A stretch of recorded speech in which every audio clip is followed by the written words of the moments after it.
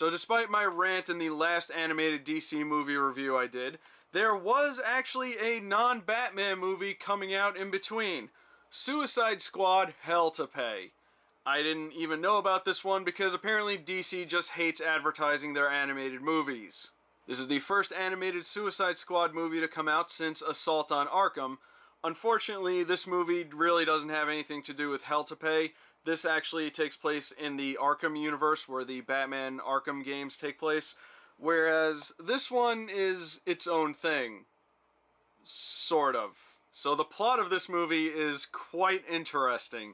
Amanda Waller sends out the Suicide Squad to go after a black card that is owned by Dr. Fate.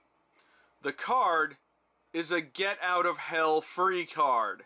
So the movie is pretty much a big fight between the Suicide Squad as well as a whole bunch of other villains that show up to try to get a hold of that card. For the voices, we have singer Vanessa Williams as the voice of Amanda Waller, who does a really good job. Deadshot is voiced by Christian Slater, and, well, it's Christian Slater.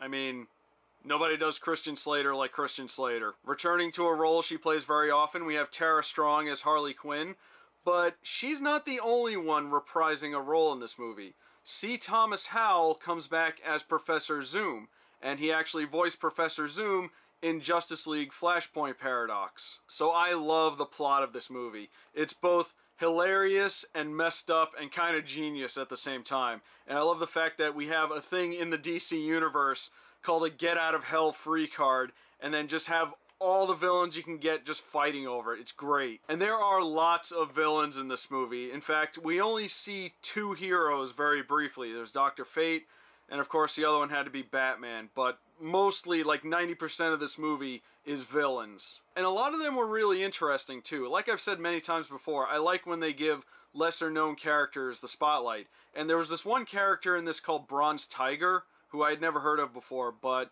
his character in this movie, at least, was very interesting. I also like when they do improvements to other characters. The villain Copperhead shows up in this movie, and I like the personality they gave him, even though he didn't say a whole lot in this. I'm mostly familiar with Copperhead from the Justice League cartoon, and in there he was treated as kind of a joke, but in this movie he was kind of cool. And this does have an R rating, as DC has done many times before with its other animated movies.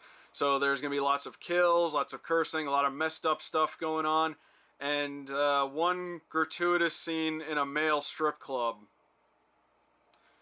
You know, people often criticize DC for objectifying women. I suppose this is only fair. But I think what I love most about this movie was it basically played out like a road trip movie. They even went so far as to put the Suicide Squad in a mobile home that they had to drive everywhere in. But by far the most interesting thing about this movie is, while it has nothing to do with Assault on Arkham, it actually does connect to another animated DC movie. You might be able to figure out which one, but I won't spoil anything because the way they do it is very interesting. So I love this movie. It was a lot of fun, and it was a nice little break from all the Batman movies I've had to review. I know Ninja Batman, I think, is next, but I did find out that there are going to be other non-Batman movies coming out, so I guess that's a good thing. But in the meantime, if you're sick of Batman, or at least don't want to see him outside of, you know, a quick cameo, then I highly recommend checking this out. Well, that's all I got for Suicide Squad: Hell to Pay. Leave a comment below and let me know what you thought of it. My name is Rob, and have a wonderful day.